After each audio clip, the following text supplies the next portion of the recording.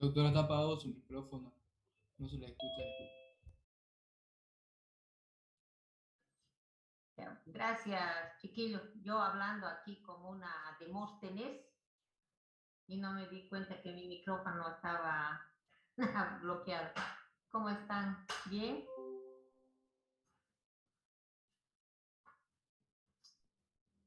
Bueno, doctor.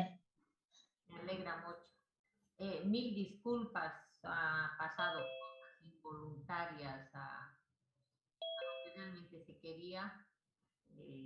Yo fui un ratito al campo, me atrasé en volver, me quedé sin batería y los jóvenes auxiliares me preguntaban porque tenían examen a las 17, todo un examen.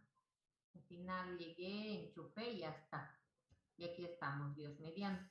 Mil disculpas por el atraso. Bien, vamos, por favor, tengan la gentileza de tomar su guía. Vamos a hacerlo muy rápido. Me gustaría que me pregunten, por favor. De lo contrario, no va a ser productiva esta actividad, ¿ya? Vamos. Eh, el título de esta práctica es pH, ¿no? Fíjense cómo se escribe pH. P minúscula, H mayúscula. ¿Sí? Cuando usted tenga el título de doctor, la P es mayúscula y la H es minúscula. Eso no hay que olvidar. Cuando tenga título de doctorado, el pH se escribe así. Fíjense que la mayoría, cuando se le pregunta qué es pH, inmediatamente dice es el logaritmo negativo. No, no, pH es la cualidad. Fíjense, cualidad o característica. Eso es pH. De un sistema que es un vaso de naranja, un alimento, bueno, en este caso es el cuerpo humano. Y para reaccionar como base o como ácido. ¿De qué depende? Ahí viene la palabra clave, por la concentración de protones. Por ello, ¿qué es la H? Protón, con su signo positivo. Su acrónimo, es decir, su abreviatura, significa potencial de hidrógeno. Cada vez que nosotros escuchamos pH, estamos diciendo potencial de hidrógeno. Dime, Noemí. Doctora, buenas tardes. ¿Está compartiendo pantalla o es que a mí nomás me sale negro? Ay, estoy compartiendo. Algo ha Es pasado. que yo no la veo o mi compañero la ve. Sí. Ahora. Sí, se ve. Se ve. Ah, ya. Ahora sí, gracias, doctora. Bueno, entonces, por favor, no olvidarse que es pH cualidad. Ahora, matemáticamente, esto es, se expresa de esta manera. P minúscula, logaritmo negativo, estos corchetes significan concentración. Este más debe estar aquí arriba, la concentración de protones. Si no se quiere escribir como negativo, se pone el logaritmo de la inversa. No es innecesario este 1. Logaritmo de la concentración de protones, matemáticamente. ¿Pero qué es? Una cualidad, una cualidad. Ahora, ¿qué importancia tiene en medicina? Eso es lo interesante, ¿no? Nosotros tenemos que aceptar que cada compartimiento, cada habitación de nuestro cuerpo tiene un determinado pH o un determinado margen. Y entonces, fíjense, podemos ahí ver, ¿no? Contenido gástrico 0,8, lágrimas 7,5, semen 7,5, bilis 7,5. Y lo que ya sabemos de memoria, plasma sanguíneo. Ahora bien, la pregunta es, ¿por qué la orina es de 5,5 a 6,5? ¿Por qué el interior de la vagina tiene 4,5? Es mucho más ácido. ¿Por qué? Porque en esas condiciones de acidez, aquí, condiciones de acidez, las bacterias no tienen su bioquímica funcionando perfectamente. Es decir, que las bacterias en un pH ácido no proliferan. Por ello que nuestras conservas tienen pH ácido. Imagínense si no, en las mujeres la vagina fuera neutra, estuviera lleno de bacterias. Esta es la explicación. Lo mismo que la saliva o las lágrimas, fíjense, 7,5 neutro, ¿no? El intestino 8, no hay que olvidar. El contenido gástrico 0,8. Ahora bien, otro detalle que no hay que olvidar es que cuando el pH es fisiológico, tal y como Dios lo ha creado, la velocidad de disociación, la velocidad de ionización de nuestras moléculas es la fisiológica. Cuando se altera el pH, se altera la velocidad de disociación. Y entonces esto llevaría como en círculo vicioso a que las moléculas se vayan disociando de manera anómala. ¿Tenemos una escala para medir el pH? Sí, su inventor lo tienen ahí. ¿Cómo se llama? Hopper, dijo, doctora. Sí, Sorensen. Este es un gran bioquímico que demostró que podía utilizarse esta escala del 0 al 14. Eso no hay que olvidarse, por favor. Del 0 al 14. Fíjense que el estómago está aquí antes de 1, ¿no? El contenido gástrico. Lo neutro es 7. Y alcalino de 7 para arriba. Esto muchas veces lleva a la confusión. Entonces, del 7 para abajo, ácido, y del 7 para arriba, básico. Hay que memorizar esto, ¿no? Pues miren, todo lo que son conservas, alimentos conservados, tienen pH ácido. Los medicamentos también, para que no proliferen las bacterias. Fíjense qué interesante que nuestro estómago, nuestra licuadora, tenga un pH ácido. ¿Por qué es ácido? Porque fíjense la cantidad de bacterias que ingresan con nuestros alimentos por la boca. Yo creo que podrían aniquilarnos las bacterias. Sin embargo, llegan a un cráter donde tienen tanta acidez y las bacterias no van a proliferar, excepto una bacteria que se llama... ¿Cuál es el nombre de la bacteria? Helicobacter pylori. Exactamente. Pregunta de examen.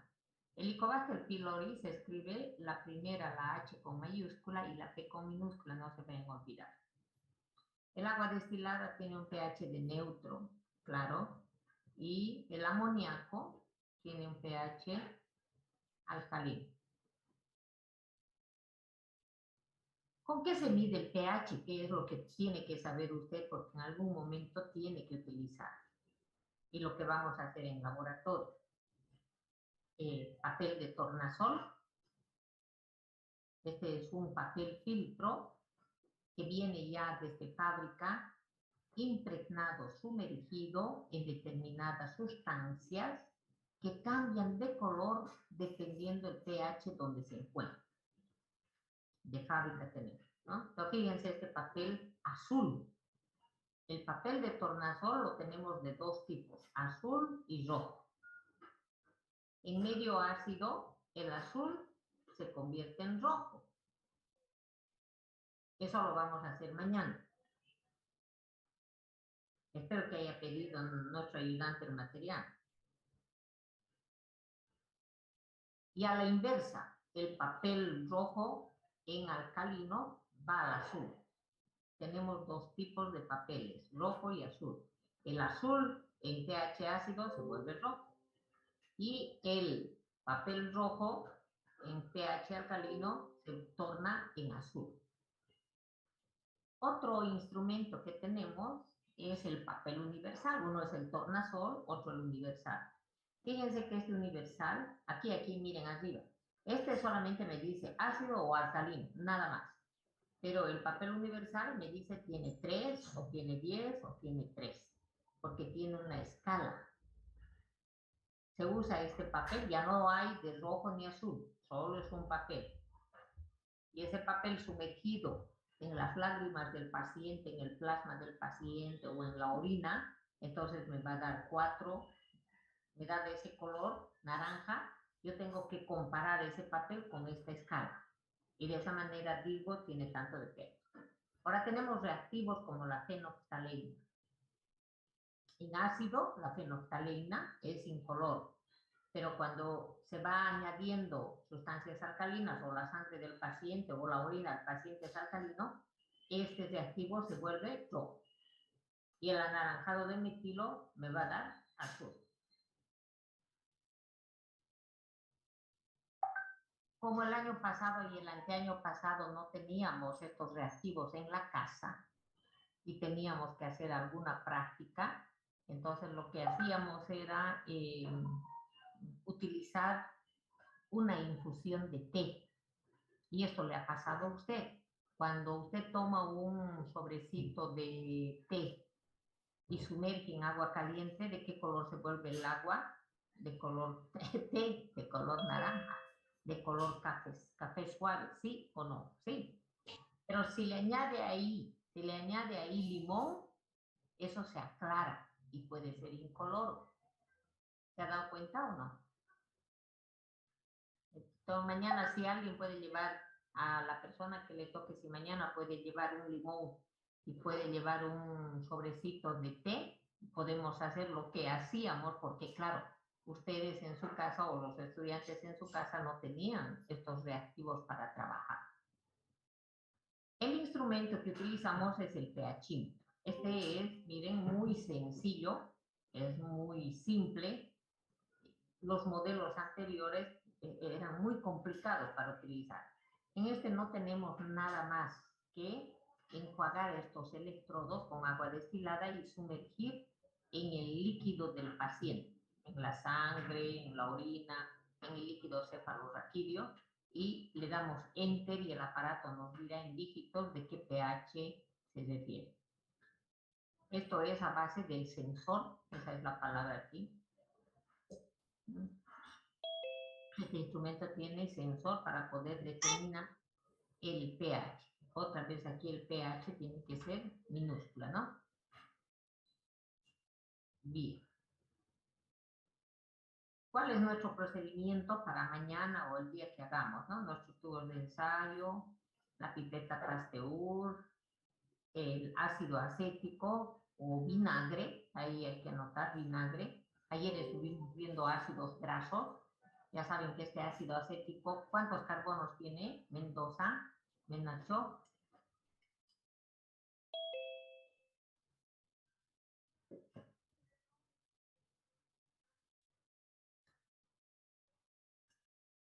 Tiene 2 carbonos. Tienen que repasar, por favor, ayer hemos estudiado. El ácido acético tiene 2 carbonos. El metanoico o ácido fórmico tiene 1 carbono. Hay que memorizar. Entonces es muy fácil de escribir, ¿no? CH3-COOH. Ese es el ácido acético. Ese es el vinagre, al recordarlo, por favor. Estos son los reactivos.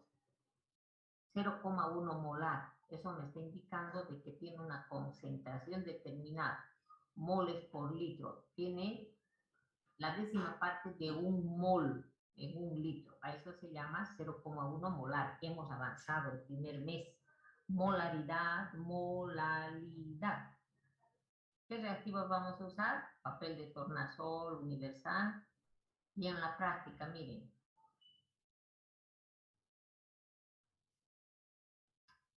Muestras.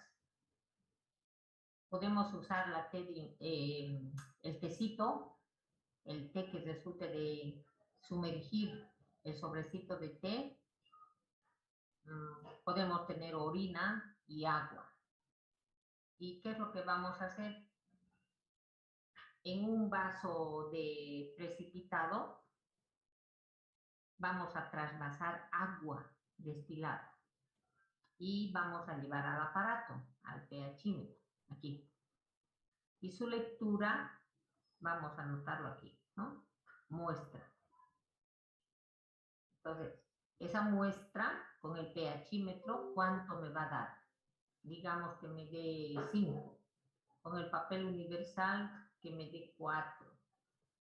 Entonces el papel de tornasol rojo va a permanecer rojo y el papel de tornasol azul se va a volver rojo. ¿Sí? ¿Anotaron? O voy a repetir otra vez. En esta muestra, les vamos a poner, para que sea más real, en esta muestra vamos a poner agua destilada. Con el papel de tornasol, el rojo va a seguir siendo rojo, si es agua. Y el azul va a seguir siendo azul. Y el papel universal me dará 7, el pHímetro me dará 7. Conclusión, el agua tiene pH neutro. Pero cambia la figura si en un vasito de precipitado ponemos, por ejemplo, vinagre o ácido acético. El papel de tornasol rojo me va a seguir dando rojo y el azul me va a dar rojo y este me puede dar 5 y este tal vez me puede dar 4,8. Entonces el vinagre tiene pH ácido y así sucesivamente. Eso es lo que vamos a hacer en laboratorio. ¿Hay alguna pregunta? Podemos trabajar también con la orina de alguna persona y si alguien lleva limón con jugo de limón, recuerden que el limón tiene el ácido cítrico, ¿sí? Que tiene 6 carbonos y tiene 3 carboxilos. Ahí están las abreviaturas. Conclusiones de la práctica. Entonces aquí usted anota que, por ejemplo, una de las conclusiones es que con el pHímetro se determina de forma más precisa el pH de cualquier sistema. Que el papel, otra conclusión, que el papel de tornasol, el papel universal, nos dan los valores de los sistemas, pero de manera aproximada. Y podrán ver algunas otras más. ¿Qué es pH? A resolver su cuestionario. Ahora, esta pregunta es muy importante. ¿Por qué o para qué se determina el pH en muestras de personas enfermas que acuden al hospital?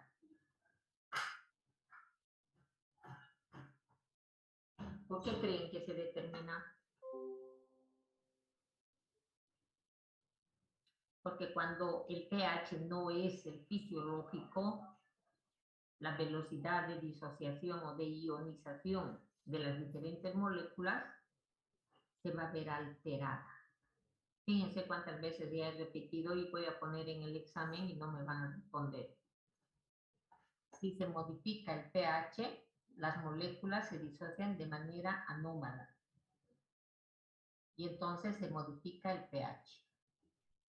¿Cuál es el método cuantitativo? El pHímetro y el papel universal. ¿Cuál es el valor del pH del agua a 37 grados? Recuerden que el agua es neutro, ¿no? El agua es neutro, 7. Pero a 37, ¿cuánto es?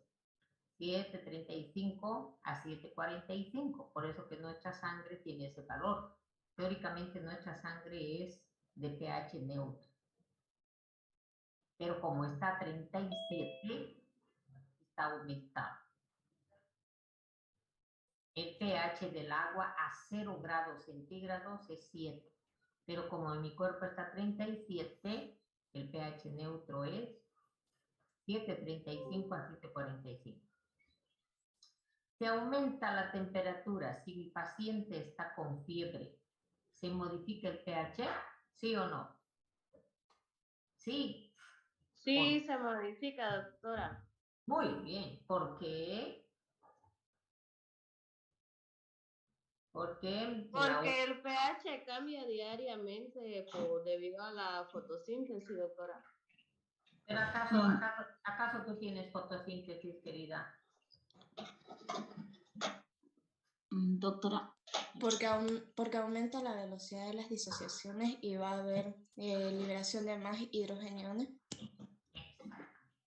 Exacto.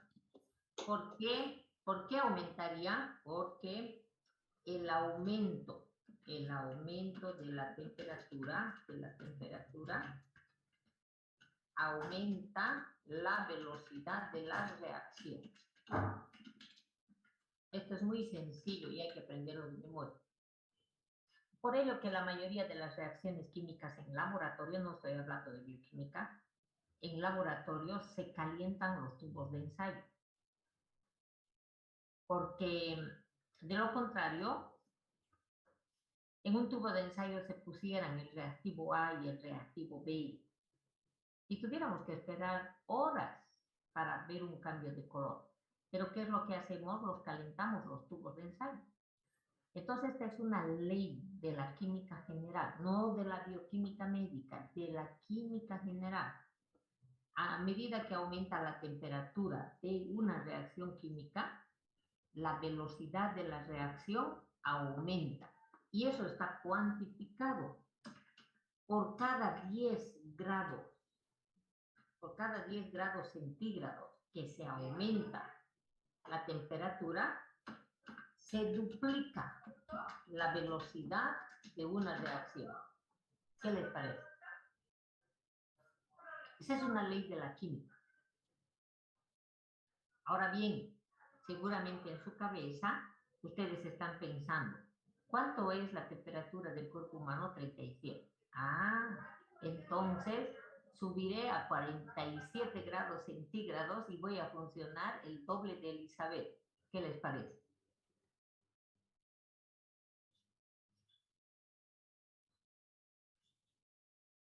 Eso no es así. ¿Por qué? Porque nosotros no somos tubos de ensayo. Nosotros no somos solamente ácido clorhídrico ni hidróxido de sodio. Esta es la gran diferencia. Por eso tuve el cuidado de decirles en un laboratorio de química, no de bioquímica, no del cuerpo humano. Esta es una ley de la química. Cada 10 grados centígrados se duplica la velocidad de las reacciones químicas. Y entonces la deducción lógica sería, qué bien que mi paciente en vez de 37 tenga 47. Y entonces va a aprender en la mitad del tiempo, va a cocinar, va a trabajar en la mitad del tiempo. Eso no es así. ¿Por qué? Porque a diferencia de un laboratorio, nosotros tenemos enzimas, que son estructuras muy lábiles. Por ello no permitimos que nuestro paciente tenga, pues, más de 38 grados centígrados. Una vez que tengamos 37,8, 37,5, enseguida no tenemos cefalea, enseguida tenemos malestar, como una forma de advertirnos o nos va a dar sueño, con la finalidad de cuidar.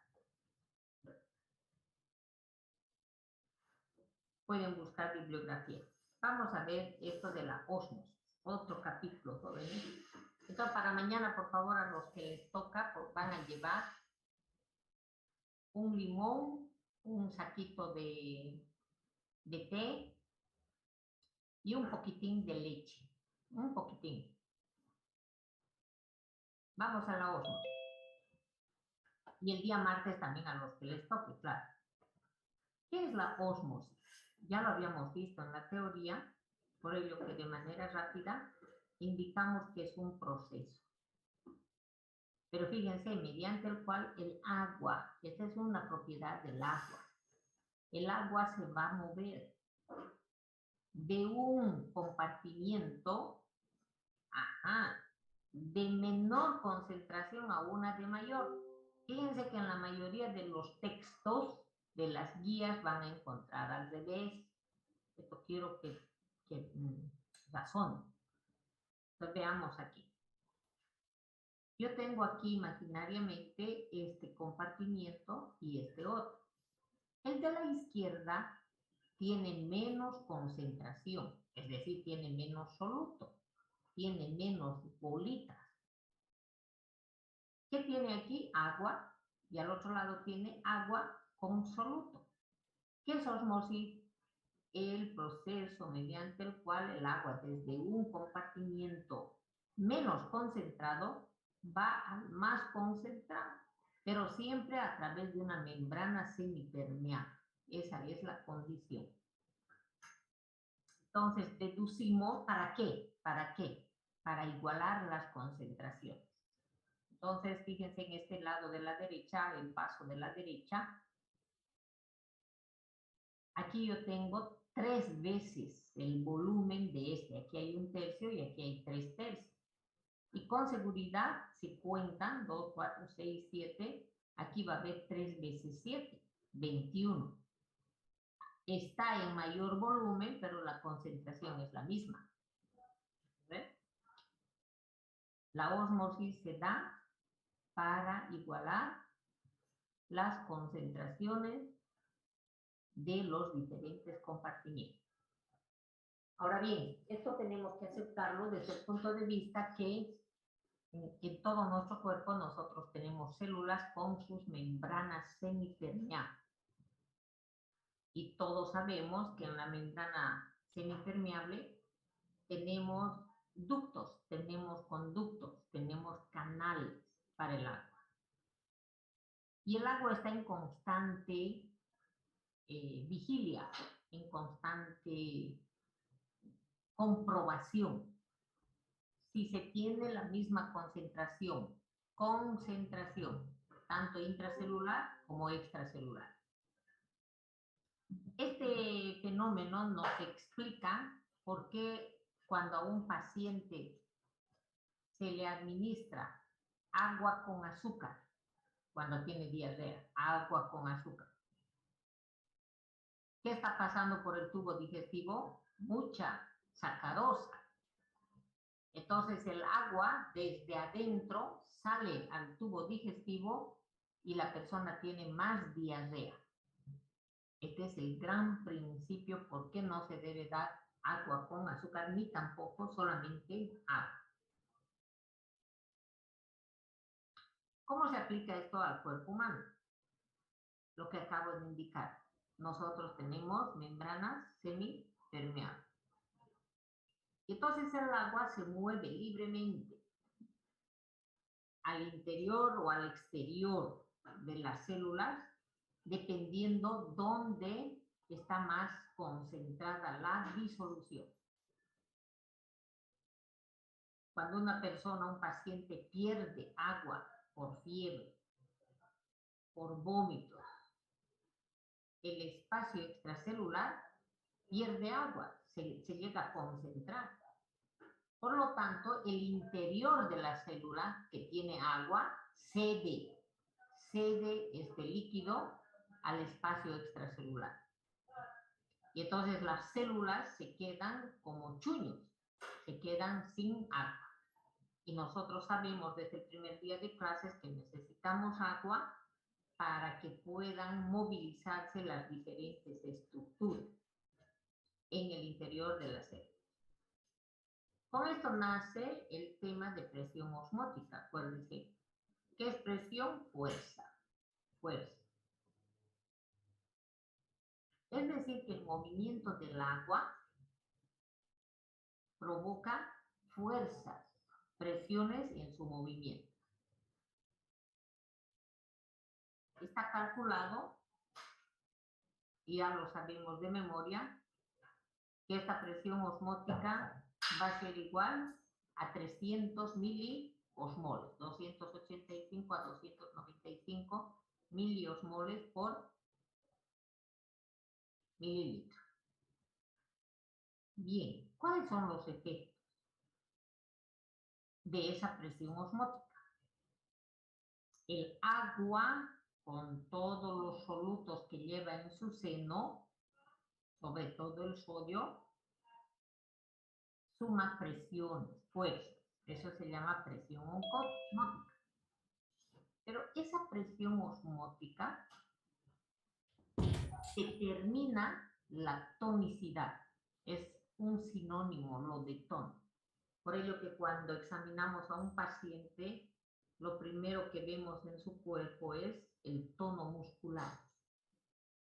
Si la persona tiene buen tono muscular, camina bien erguido, se sienta bien en la silla, levanta la cabeza y te mira a los ojos. Pero si no tiene tono muscular, va a estar agachado en la silla. No va a poder levantar la cabeza. Entonces ahí tienes que sospechar. Hay problemas con su presión osmótica que está determinando que esta persona no tenga una posición ergonómica, no tiene una posición fisiológica. Entonces, cuando el espacio extracelular pierde agua, su tono no es normal. Entonces veamos qué es lo que pasa aquí. Cuando el plasma es y tiene un tono fisiológico, así lucen los glóbulos rojos. Pero cuando está hipertónico, está muy salado, los glóbulos rojos se quedan deshidratados. Y eso se llama plasmólisis. Hipotónico, cuando una persona, un paciente se administra suero sin necesidad y se le administra a gran velocidad, entonces vean que los glóbulos rojos se hinchan y pueden reventar. Entonces en la gráfica nosotros queremos aprovechar. ¿Para qué sirve la presión osmótica? ¿Para qué sirve la ósmosis? Uno, la ósmosis sirve para que tengamos de manera constante la concentración de nuestros diferentes líquidos o de nuestros líquidos en los diferentes compartimientos. Por ello estamos estudiando ósmosis. También para aceptar que gracias a la ósmosis la presión osmótica es constante, casi siempre permanece constante. Que gracias a la ósmosis, mi tono muscular tiene que ser el apropiado a mi edad. Que cuando varía esta ósmosis, entonces variará la tonicidad. Ahora bien, otra de las grandes aplicaciones es el temor que debo de tener cada vez que voy a recetar un suero. ¿Sí? Por ello que la mayoría de las veces será suero fisiológico, suero isotónico, que no va a provocar cambio en mis glóbulos rojos. Pero si a una persona que ya tiene sodio, de alguna manera tiene retención de sodio y le administro suero fisiológico, puedo provocar este fenómeno de la plasmólisis. Y a la inversa, si no tiene sodio mi paciente y administro solamente suero glucosado o Ringer, voy a provocar la ruptura, la lisis de mis glóbulos rojos.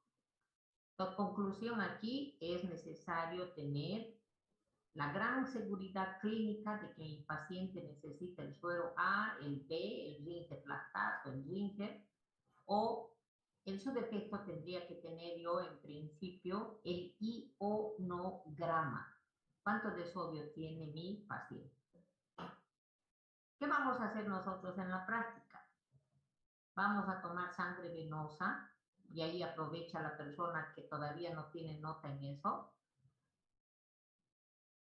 Y vamos a tener una disolución de cloruro de sodio que nos proporcionará el laboratorio, que es saturada. Saturada quiere decir que en un vasito de agua se añade sal, una media cucharilla, y se mueve, se homogeneiza. Y entonces, si desaparece, si se disuelve, está bien. Pero en cuanto empieza a caer un poco de cloruro de sodio, esa solución está saturada. No admite más. ¿Sí? Pero si sigo añadiendo y ya va cayendo, por más que mueva, cae mucho, eso ya es sobresaturada.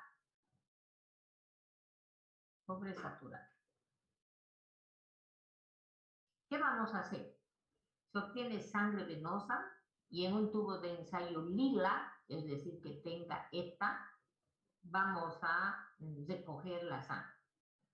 Luego de este tubo lila, mediremos un ml.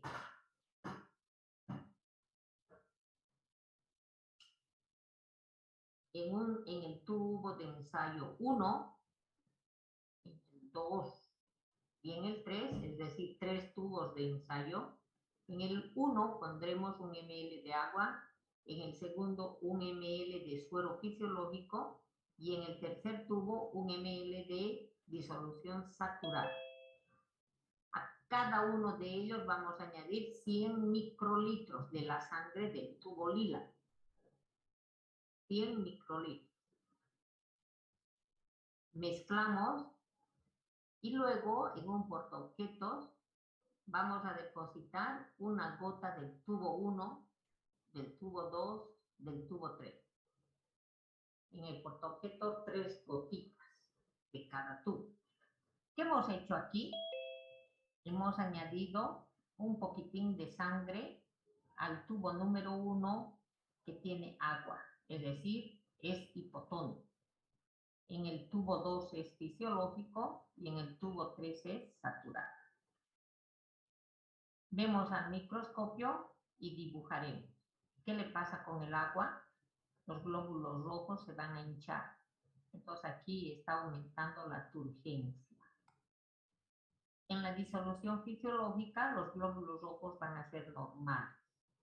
Y entonces aquí que diremos que la presión osmótica intracelular y extracelular son iguales, por eso que no pasa nada en el glóbulo rojo.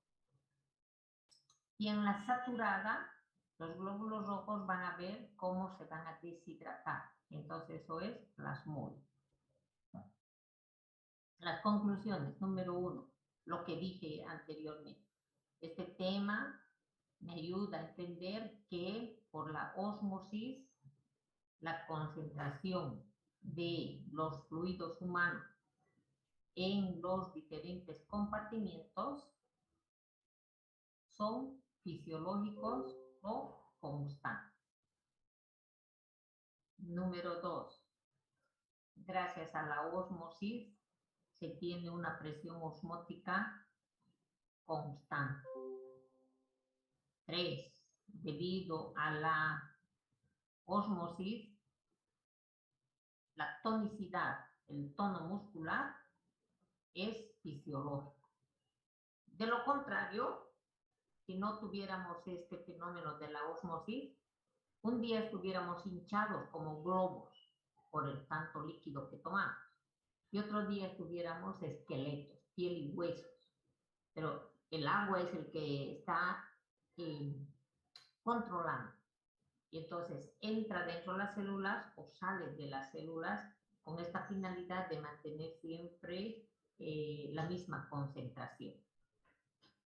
Y la conclusión más importante, con este proceso llego a aceptar la necesidad de saber interpretar un ionograma o con el examen físico de mi paciente. Si yo lo veo deshidratado en la revisión física, yo determino que no tiene turgor su piel, sé qué suero voy a elegir. Y no provocar la plasmólisis ni el aumento de la turgencia. ¿Cuál es la composición, no? Aquí. Agua, aquí es cloruro de sodio, 8,5 gramos de cloruro de sodio y agua destilada, cantidad suficiente para mí. Así hay que irlo rellenando, por favor. ¿Por qué se denomina disolución? Porque tiene...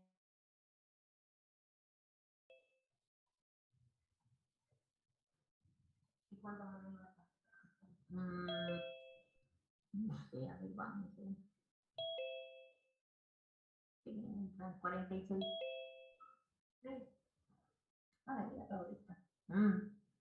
Mañana voy a tomar ese examen, van a ver que no me sepan. Solamente va a entrar el que sepa.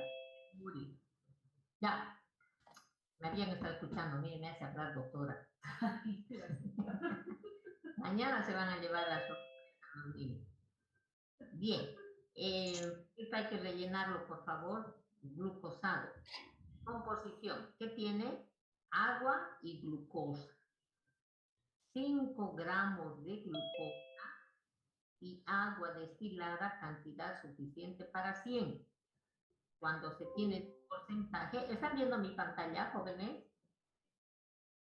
Perfecto, gracias. Sí, se ve, doctor. Gracias, querida.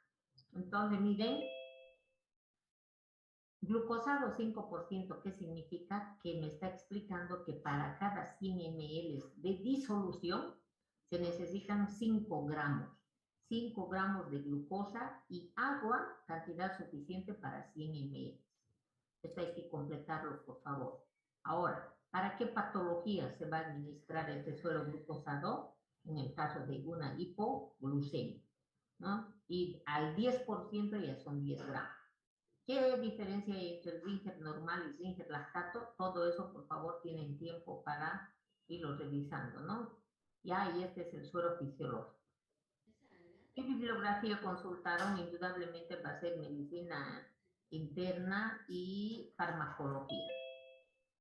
Vamos a los sistemas Buffer. Hace rato una niña indicaba, ¿no? Nuestro pH se modifica constantemente. Cada día se modifica. Tienes razón. Pero se modifica de 7.35 a 7.45, nada más. Sin embargo, cada que tomamos, como están pudiendo leer en este párrafo, cada vez que bebemos jugo de naranja, limonada o Coca-Cola, el pH debía bajar a 4, debía bajar a 5. Y esto sería un desastre. No experimentamos esos cambios tan bruscos gracias a estos sistemas. Sistemas buffer, sistemas amortiguadores o tampones.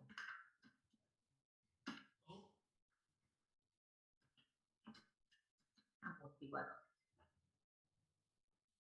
Ahora, el momento que nos enojamos, que renegamos, que estamos estresados, definitivamente el hecho de consumir medicamentos modifica nuestro pH y podría llevarlo al desastre. Sin embargo, ahí están nuestros sistemas buffer. ¿Qué es un sistema buffer? Sistema, es decir, conjunto. No es conjunto vacío, por cierto. Es un conjunto, para que no se repita la palabra. Constituido por un ácido débil y su sal correspondiente. O una base débil y su sal correspondiente. Nosotros tenemos tanto dentro de la célula como fuera de la célula. Esto hay que memorizar. Dentro de la célula, fosfatos y proteínas. Dentro y fuera también van a estar otras sustancias como las que ven anotadas. La hemoglobina con oxígeno, sin oxígeno. El ácido carbónico con 2 hidrógenos o cuando pierde uno ya el bicarbonato. ¿Qué es lo que vamos a hacer en la práctica? Vamos a trabajar con agua, una disolución que se denomina así, PBS, ¿qué significa esto? Solución salina de fosfato, pero que está con buffer, amortiguada. Entonces, esta se llama disolución salina tamponada. Y una disolución tampón bicarbonato. ¿Qué es lo que vamos a hacer? Vamos a trabajar con esta piseta, que también se llama frasco lavador, con estos reactivos. ¿Y qué es lo que vamos a hacer? En un tubo de ensayo vamos a añadir la muestra. ¿Qué muestra vamos a poner? Por ejemplo, la solución de buffer bicarbonato. Vamos a llevar al pHímetro y anotamos el pH. Como es bicarbonato, tal vez nos sale 8. Vamos a añadir hidróxido de sodio que está aquí. Oh, no olvidé anotar aquí. Hidróxido. Primero es el sodio, no es como yo quiero. Sodio, pues tiene que cumplir. Entonces, 0,5 ml del hidróxido de sodio y anotamos el pH. ¿Se modifica o no se modifica? Y aquí lo mismo. Luego vamos a añadir ácido clorhídrico. ¿Qué tal? ¿Cómo se modifica este pH? Luego, en vez de solución buffer bicarbonato, vamos a utilizar disolución tampón, buffer bicarbonato, ahora la salina tamponada. Y la próxima será agua. Vamos a ir modificando. Y vamos anotando. Hidróxido de sodio, aquí, solución buffer, agua con agua destilada. Y vamos a ir viendo cómo se modifica. Las conclusiones es de que cuál de estos se modifica menos con base o con ácido. Con uno de ellos es que tiene que haber mayor modificación del pH. La conclusión es de que tenemos diferentes tampones que funcionan bien, unos en el ácido y otros en el sector alcalino. Y nosotros tenemos los dos tipos de tampones en nuestro cuerpo, porque Dios dijo, no, estos van a tomar ácido, van a tomar base, mejor le mandaré con todos los tipos de soluciones tampón. Bien, las conclusiones para esto. Clasificación ya hemos visto aquí, ¿no? Intracelular, extracelular. Mecanismo de ionograma. Esto más jóvenes avancé. Para mañana. Disculpe, doctora, una consultita, una Sí. pregunta. Sí. Es un caso que ahorita se me vino a la mente que relaciona los dos temas, pero le quería preguntar si era correcto. Que conozco muchas personas que toman el suero fisiológico, el que se le da a los bebés que están deshidratados, porque están completamente seguras de que es bueno para la piel, de que les hace brillar la piel. Pero, o sea, no toman todos los días, es una vez a la semana. Entonces, como acabamos de pasar esto, ¿no podría como que sus glóbulos rojos explotar y al mismo tiempo como alterar el pH? ¿O tienen razón y sí les mejora la piel? A ver, uno, puede darse los dos casos, Mercedes. ¿Por qué? ¿Por qué puede darse los dos casos? Supongamos que estas personas no tienen hábitos de consumir bastante líquido. Recuerde que la máxima es beba líquido, ¿no? Uno para estar hidratados, uno para tener una diuresis fisiológica y que puede eliminar todos los tóxicos, ¿no? Por esa parte podemos indicar, esta persona no tiene esos hábitos. Segundo, es una persona que transpira mucho porque donde trabaja no hay aire acondicionado, están en la calle o son estudiantes y tienen que ir en el micro, es decir, se deshidrata. En esos casos, amerita. De hecho, yo, por ejemplo, a mis pacientes que son obreros, a los que son obreros, que sé que trabajan debajo del sol y no sé cuántas cosas, les recomiendo, les receto a que tomen suero fisiológico. Y ellos se dan cuenta que, claro, están teniendo un aporte extra de agua y de los electrolitos que es súper necesario. Ahí se justifica. Pero en el otro caso, que sean personas que normalmente tienen su aporte de agua, de electrolitos de manera fisiológica, puede irse acumulando ahora, a la larga o inmediatamente. ¿De qué va a depender? De las características anatómicas, fisiológicas, bioquímicas de la persona. Vamos a ver que esta persona tenga un fallo renal. Entonces, el exceso de ese sodio, con ese fallo renal, con esa característica renal, va a provocar que vaya a retener mayor sodio, mayor agua, y con ello aumentará su bulimia y aumentará su presión arterial. Entonces, fíjese que lo recomendable es que no consumamos cloruro de sodio, es decir, no consumamos suero fisiológico, suero de rehidratación oral. Los grandes bioquímicos, los grandes médicos han calculado que el sodio que se encuentra en los diferentes alimentos es suficiente y necesario para que podamos reemplazar la pérdida de sodio que tengamos por diferentes sectores de nuestro cuerpo. Yo no haría en personas que no son albañiles, que no son churrasqueros, que no son obreros, no sería lo recomendable, Mercedes. ¿Ya? Rodríguez. Muchas gracias, doctora. Doctora, buenas tardes. Mi pregunta es la siguiente. Menciona usted que ya el sodio ya viene en los alimentos, pero ¿qué pasa con que el sodio viene acompañado de, por ejemplo, la sal viene acompañada del yodo, que también lo necesitamos, ¿verdad? ¿Cómo podríamos contrarrestar eso? o hallar un equilibrio. Ya, está bien, está bien. Pero en forma natural, Noemí, en forma natural, el cloruro de sodio no va con el yodo, con el yoduro. En Bolivia y en países donde no tenemos suficiente yoduro, lo que se hace como política de salud pública es añadirle al cloruro de sodio, a la sal común, añadirle el yoduro. No tenemos salares con yoduro. Entonces, como la gente sabe y dice, la gente come sal.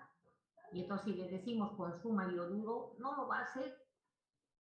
Pero si le ponemos en otro producto, va a ser muy caro. Y como la sal es barata, por eso que las políticas de salud pública nacionales, para no tener tantos cretinos, no tener tantos deficientes, entonces se le añade. ¿No? El yoduro en la naturaleza lo tenemos sobre todo en los productos marinos, por excelencia. Y entonces como Bolivia no tiene mar, esa es nuestra desgracia. Tenemos poco aporte de yoduro. ¿Te das cuenta de lo que te estoy hablando, no? Ahora, otra política es añadirle al aceite el yoduro. Pero mucha gente no compra aceite porque es muy caro. Ahora, lo que sí debemos saber es de que hay sal cara y hay sal barata.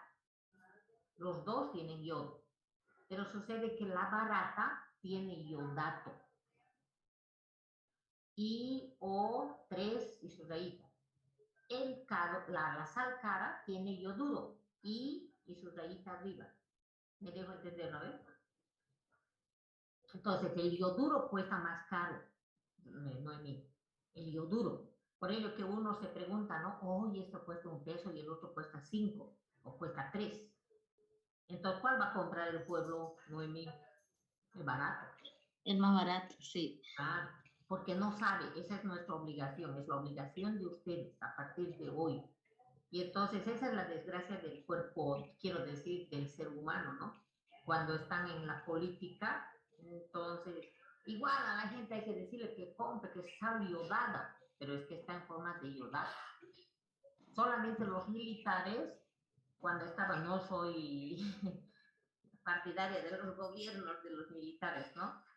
Soy democrática, pero en los gobiernos de los militares, ellos invirtieron en estas fábricas que añadían yoduro.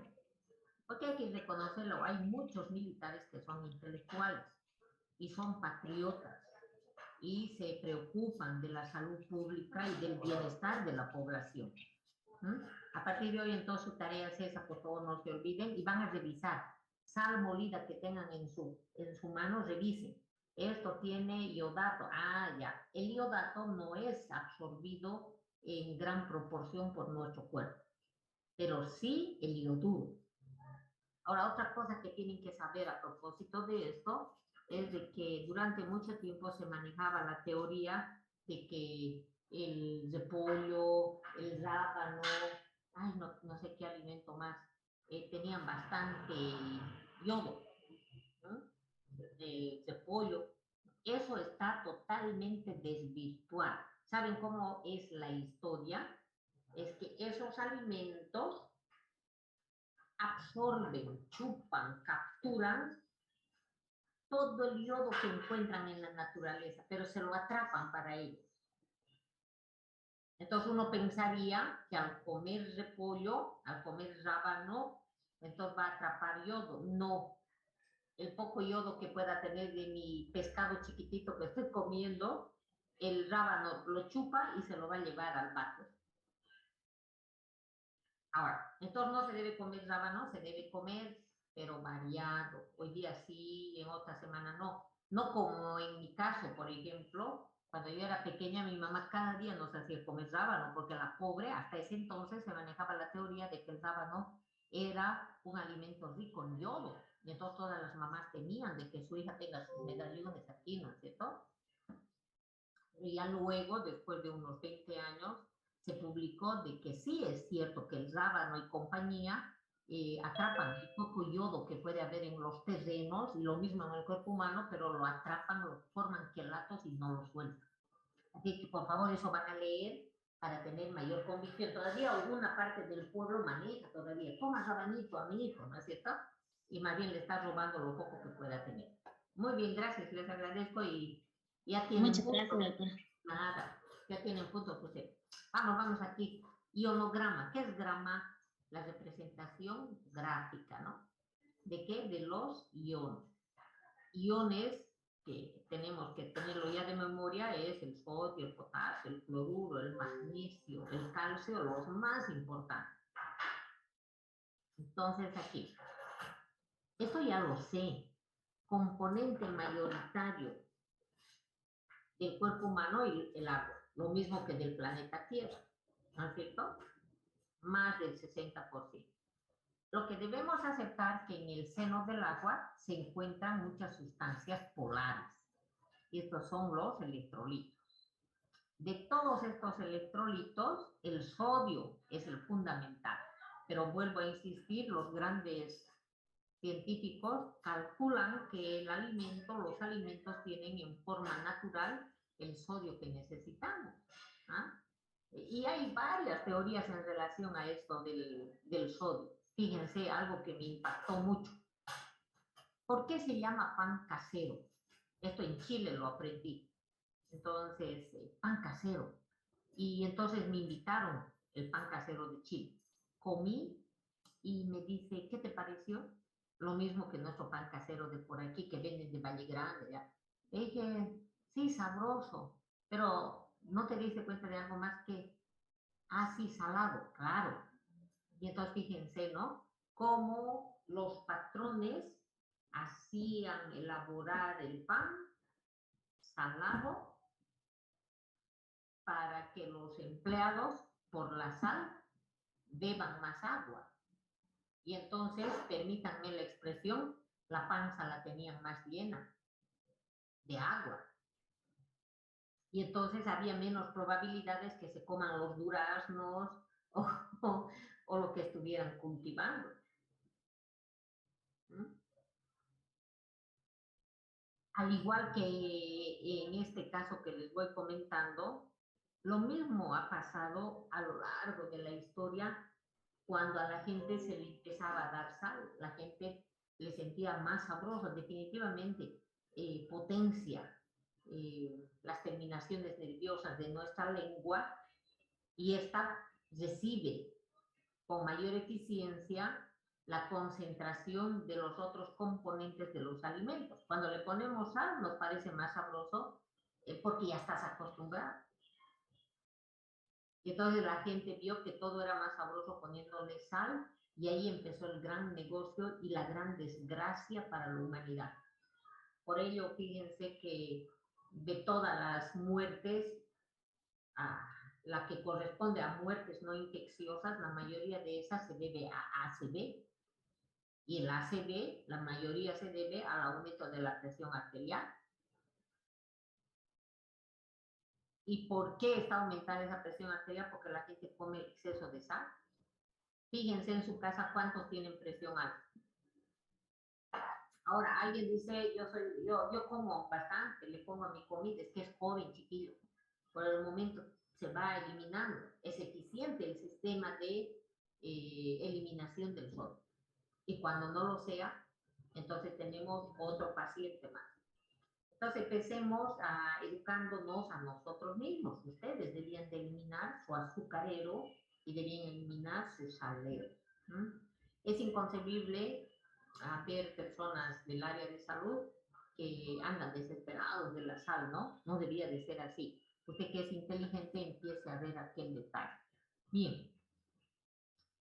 En emergencia vamos a tener pacientes con dificultades respiratorias. Entonces, en esos casos, lo más importante es gasometría. Dificultad respiratoria, gasometría.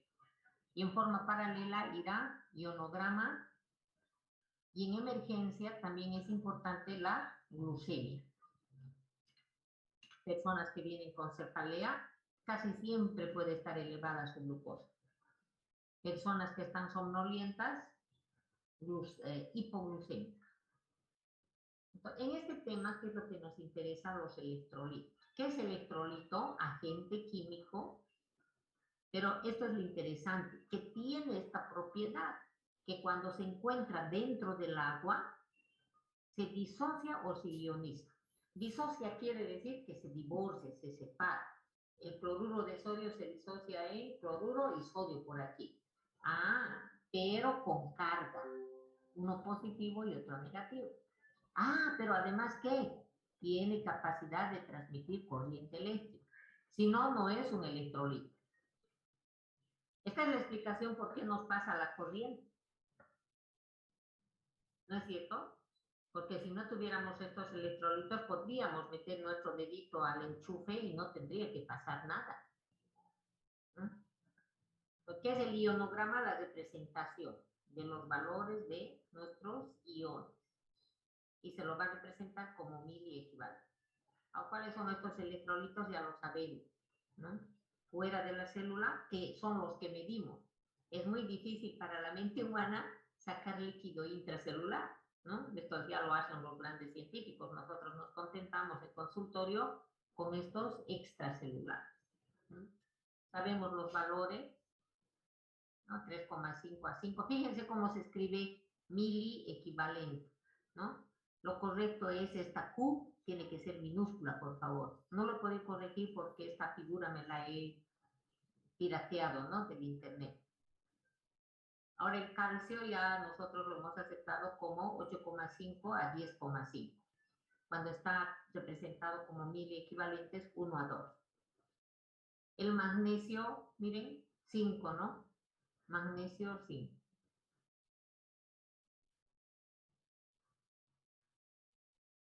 Cloruro, en varias literaturas se muestra hasta 110. Yo tengo en mi cabecita 110, este es el policía, ¿no?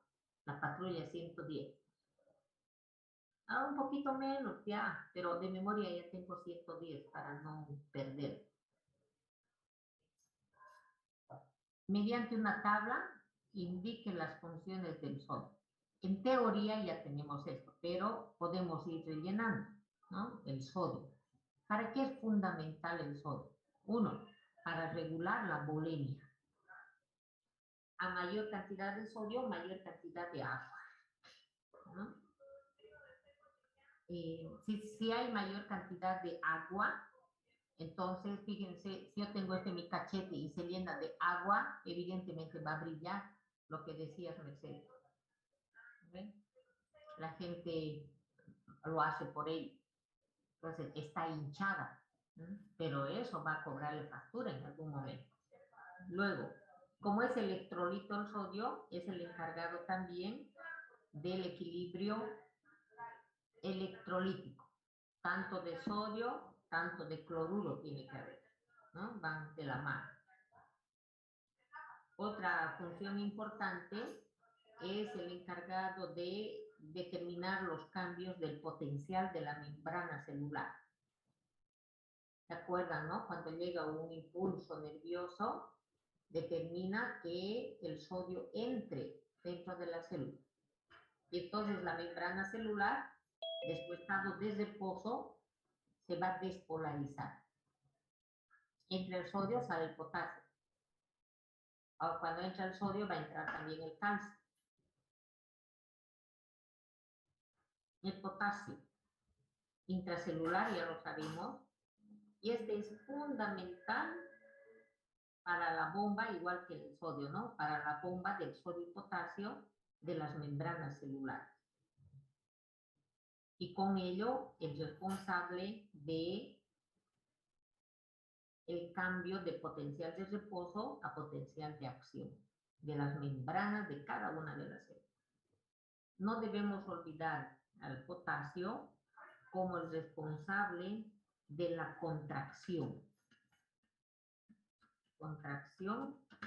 muscular, esquelética, pero fundamentalmente cardíaca.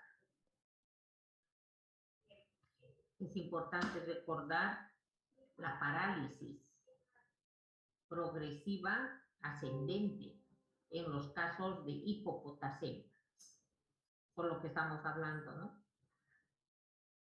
contracción muscular esquelética. Cuando hay poco potasio, entonces va a llegar a experimentar el paciente una parálisis ascendente, pero brusca, inmediata, en horas se va a ir quedando paralítico, primero los dedos, luego todo el pie, en 2 horas llegará a la rodilla, en otras 2 horas los muslos.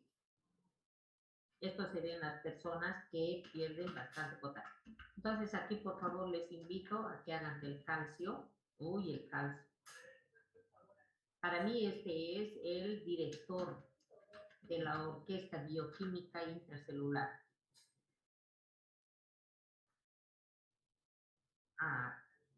Debían darse una vueltecita a revisar su relación con la calmodulina. Esta es una proteína que tenemos en la musculatura lisa. Recuerden que en la musculatura esquelética y cardíaca encontramos a la actina, a la miosina, a la tropomiosina, a la troponina. ¿Sí? ¿Sí? ¿Ven? Aquí en la contracción de la musculatura esquelética, entonces encuentro miosina, actina, troponina, tropomiosina. Gracias a esas proteínas, este tipo de fibras musculares se van a contraer y relajar. Sin embargo, en la musculatura lisa, la contracción-relajación se debe a la calmodulina. Esa es una gran diferencia.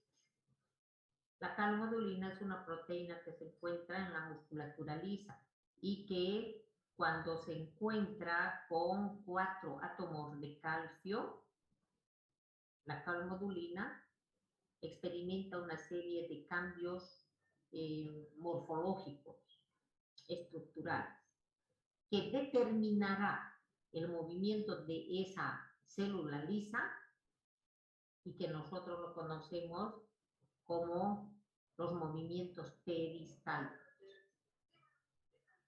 ¿No? Interesante, ¿no, Mercedes? Busquen sus imágenes, por favor, y estas horas que quedan, dense una vueltecita por la calmodulina. Calcio, ¿qué más me estoy olvidando? Magnesio. Magnesio. El magnesio es fundamental para la síntesis de todo lo que vienen a ser los componentes químicos del tejido conectivo. Por ello que la gente que tiene dolores musculares, articulares, porque podría estar disminuido el ácido hialurónico, componente de los tendones, de los ligamentos, de las articulaciones grandes, cuando se le administra o se le receta al paciente cloruro de magnesio, mejora ostensiblemente, debido a que se aumenta la síntesis. Recuerde que el magnesio, al igual que los otros elementos minerales, son los auxiliares inorgánicos de las enzimas. Por ello me gusta destacar el magnesio, ¿no? Ahora, el magnesio también es el cofactor indispensable de la glucólisis. Las enzimas de la glucólisis no trabajan eficientemente si no es en presencia de magnesio. Por ello que a menudo recetamos a los pacientes que consideramos que tienen deficiencias de magnesio, recetamos el magnatil cálcico o el isotón cálcico. Son nombres comerciales de estos productos que tienen magnesio. Y claro, no hay que olvidar ahí al Power. El Power tiene magnesio, tiene glucosa, tiene sodio, tiene potasio. Entonces, para un deshidratado, para un caquético, te puede servir el Power, siempre y cuando no haya problemas de presión arterial. Sin embargo, el magnesio, debemos recordarlo, es un gran laxante. Es decir, que favorece el movimiento de las velocidades intestinales. Y por ello que se lo utiliza como sal de magnesia, ¿no? Sulfato, leche de magnesia, sulfato de magnesia. Y lo que no quiero que olviden que es un gran depresor del centro nervioso de la respiración del bulbo raquídeo. Entonces aquí viene la gran pregunta, ¿no? ¿Sabe qué hace el pueblo? El pueblo busca en las farmacias leche de magnesia. ¿Para qué? Se le pregunta, ¿por qué? Y entonces la mamá dice, es que está estreñido mi hijo, ya está bien. Tiene otra mamá, leche de magnesia. ¿Para qué lleva, señora? Es que está con diarrea mi bebé. ¿Qué tal? Por ello, sí, eso es lo que quiero que metanse en la cabeza, ¿no? Para el pueblo, la leche de magnesia es la solución, es la panacea de todos los problemas. Entonces, una madre para su hijo con diarrea que compra leche de magnesia y termina deshidratándose y eliminando el potasio y por consiguiente no va a haber trabajo cardíaco. Entonces el niño muere. ¿Y qué es lo que se va a certificar en la muerte de este niño? Que murió por deshidratación, por la diarrea, ¿no? Pero no por el uso de la leche de magnesia. Por ello, donde puedan, ustedes tienen que hablar. Está metido ahí como un chip en la mente de las mamás. Diarrea, leche de magnesia. Estreñida, leche de magnesia. No puede matemáticas, leche de magnesia. Para todo es leche de magnesia. Ahora, en estos niños que están deshidratados y si se le administra magnesio, indudablemente puede dejar de respirar a nivel central, porque el magnesio va a provocar esto. Sí, en ginecología van a avanzar con relación al magnesio para las personas, para las embarazadas que tienen eclampsia. El antídoto, por así decir, de la eclampsia va a ser el magnesio. Pero con el magnesio te puedes pasar ya también. Entonces ahí vas a usar como antídoto el gluconato de calcio. A ver, entonces alguien me va a decir, me está enseñando ginecología, pediatría. No, yo le estoy mostrando para qué está estudiando bioquímica conmigo, que tiene mucha importancia. Para mí es medio cuestionable lo que tenemos que hacer en laboratorio, ¿no? pH, papel universal. No, usted lo que tiene que saber es para qué está estudiando, porque todo esto se aplica a lo largo de la carrera y a lo largo de la profesión. Bien. Gasometría, no tenemos gasómetro. ¿Cuántos minutos me falta? 4, tengo que acabar. Gasometría. Hasta donde de jóvenes avanzamos esto y nos vemos mañana. ¿Sí? Van a llevar material para los 2 primeros temas a los que les toque. Y vayan estudiando porque no voy a dejar entrar a la gente que no domine los 2 temas. Vamos a ver, en esta gasometría. Entonces, en emergencia podemos tener personas que tengan dificultad respiratoria. Y entonces esa dificultad respiratoria que pudo en principio tener su causa tal vez en una neumonía normalita, entre comillas normal, ¿no? Como complicación de una neumonía, puede llegar a tener un edema pulmonar o por diferentes circunstancias una fibrosis pulmonar por el uso prolongado de amiodarona o por su trabajo se intoxica con gramaxone, el herbicida, o porque es pobre y vive debajo de un techo con tejas de asbesto. Entonces, las causas pueden ser diversas, pero esta persona tiene dificultad respiratoria. Evidentemente, su consciente puede estar afectado, no sabe, no está orientado en tiempo ni en espacio. Entonces, en estos casos, se justifica la gasometría. arterial. Algunos años hemos tomado sangre de las arterias, no es difícil, pero tiene mucho riesgo. Nos estuviéramos metiendo con las arterias, la sangre arterial de una persona y podríamos llevar a alguna infección, ¿no? Recuerden que la toma de esta muestra de sangre arterial es con personas que están por morir, o sea, o vive o muere, una de dos. Por ello que desde hace unos 3 años prefiero no hacerlo con ustedes. No vaya a ser que vaya alguna complicación, ¿no? De todas maneras, los videos están ahí para que se los puedan observar. ¿Cuál es el orden en que se debe de leer una gasometría? Ahí está, pH, el componente respiratorio, la presión arterial. Fíjese que está con A minúscula, no es mayúscula. Cuando es A mayúscula es alveolar, cuando es minúscula es arterial. A veces nos peca la tentación de escribir como yo quiero, no es así. Bien, entonces dióxido de carbono, oxígeno y el bicarbonato. Sus valores de referencia, que ya los conocemos.